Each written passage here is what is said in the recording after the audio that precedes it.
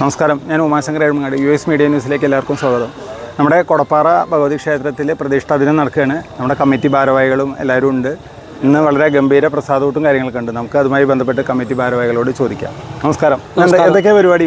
ഇവിടെ എന്ന് പറഞ്ഞാൽ നമ്മൾ ഏകദേശം ഒരു 200 വർഷത്തോളം നമ്മുടെ ഓർമ്മയിൽ പഴക്കമുള്ളൊരു സുപ്രധാന ഒരു ക്ഷേത്രമാണ് കൊടപ്പാറ ഭഗവതി ക്ഷേത്രം. ഇവിടെ ഭദ്രകാളി പ്രതിഷ്ഠയാണുള്ളത്. ഈ കൊടപ്പാറ അവിടെ തന്നെ ഒരു കൂമ്പങ്കല്ല് എന്ന് പറഞ്ഞൊരു ഭാഗമുണ്ട്. അവിടെയാണ് ഇതിന്റെ അടിസ്ഥാന ക്ഷേത്രം എന്നാണ് നമ്മുടെയൊക്കെ അറിവ്. നമുക്കിങ്ങനെ കാർന്നമാരൊക്കെ പറഞ്ഞു തന്നിട്ടുള്ളൊരു അറിവ്. അപ്പോൾ അത് 2 ദിവസം മുമ്പ് നമ്മൾ പണിക്കര് നോക്കി, ഇടയ്ക്ക് 5 കൊല്ലം കൂടെ 10 കൊല്ലം കൂടെ നമ്മൾ നോക്കിയിട്ടുണ്ട്. അപ്പോൾ അതിൽ നോക്കിച്ചപ്പോൾ കുറച്ച് കാര്യങ്ങൾ പറഞ്ഞിട്ടുണ്ടായിരുന്നു.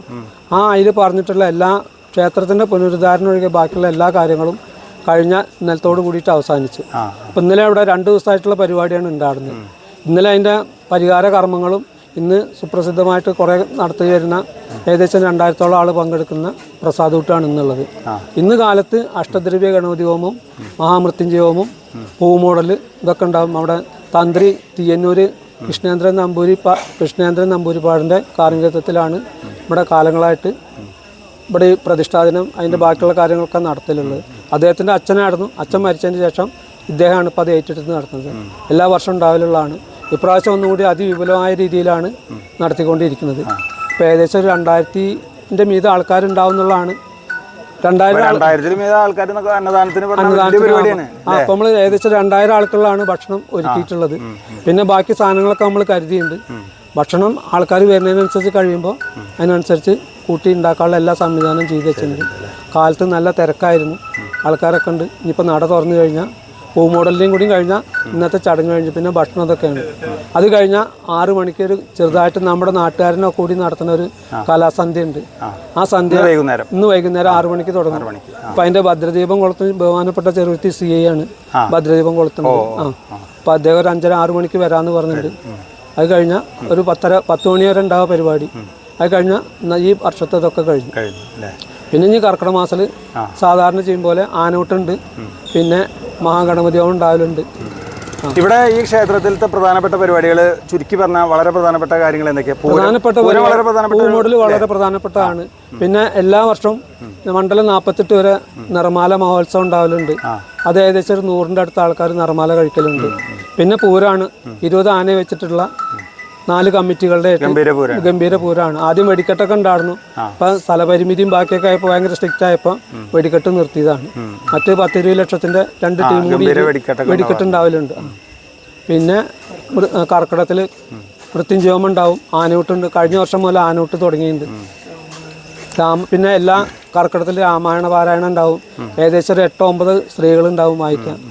പിന്നെ ഇപ്പോൾ പുതുതായിട്ട് തുടങ്ങിയിട്ട് നമ്മൾ ലളിതാ സഹസ്രനാമം ഇവിടെ എന്നും എല്ലാ വെള്ളിയാഴ്ചയും വൈകുന്നേരം ചെല്ലാളൊരു സംവിധാനം ചെയ്തിട്ടുണ്ട്. അപ്പം അതിൽ ആൾക്കാർ വരും. ഇപ്പോൾ വിളക്ക് പൂജ എന്നുള്ള രീതിയിൽ അതും ചെയ്യുന്നുണ്ട്. അങ്ങനെയൊക്കെയാണുള്ള ഇവിടുത്തെ പ്രധാനപ്പെട്ട കാര്യങ്ങൾ. നാട്ടുകാർ അല്ല, കുംഭമാസത്തിലാണ് വരിക. അത് നമ്മുടെ ആ വൃട്ടാണത്തെ പൂരത്തിനെ അടിസ്ഥാനപ്പെടുത്തിയിട്ടാണ് ഇവിടുത്തെ പൂരം ഉണ്ടാവുക. നമ്മുടെ വൃട്ടാണത്തെ ഭഗവതിയാണ് നമ്മുടെ ഈ തട്ടകത്തെ ഭഗവതി. അപ്പോൾ അവിടുത്തെ പൂരം തുടങ്ങിക്കഴിഞ്ഞാൽ പൂരം കൊടി കയറിയാൽ ഇവിടെ പൂരം കഴിക്കലില്ല. പിന്നെ അവിടുത്തെ ആറാട്ട് കഴിഞ്ഞതിന്റെ ശേഷമാണ് പൂരം ഇവിടെ നടത്തലുള്ളൂ. അപ്പം അങ്ങനെ ആ പൂരത്തിന് കണക്കാക്കിയിട്ടാണ് കൊടപ്പാറ ഭഗവതിയുടെ പൂരം ഉണ്ടാവലുള്ളത് എല്ലാ വർഷവും. നമ്മുടെ തൃശ്ശൂർ ജില്ലയിൽ ദേശമംഗലം പഞ്ചായത്തിലാണ് പുഴയോരത്ത് കിഴക്ക് ഭാഗത്തേക്ക് നിൽക്കുന്ന ഭഗവതിയാണ് ഇവിടെയുള്ളത്.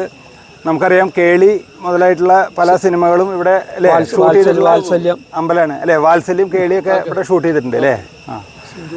സിന്ദൂരച്ചെപ്പ്, പിന്നെ അഥർവം അല്ലേ? അത്തരം സിനിമകളൊക്കെ. കമലദളം, ആറാം നമ്പൂരാൻ ഇവിടെ ചെയ്തിട്ടുണ്ടോ? അതെ അല്ലേ?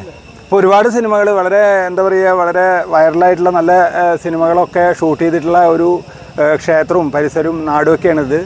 അപ്പോൾ ഈ ദിവസം പ്രതിഷ്ഠാദിനം, ഈ നാടിൻ്റെ ഒരു പ്രധാനപ്പെട്ട ഉത്സവം, ആഘോഷം. ആ സമയത്ത് നമുക്ക് US മീഡിയയ്ക്കും ഇവിടെ എത്താൻ പറ്റി. US മീഡിയയ്ക്ക് വേണ്ടി ഉമാശങ്കർ എഴുമങ്ങാട്. നന്ദി, നമസ്കാരം.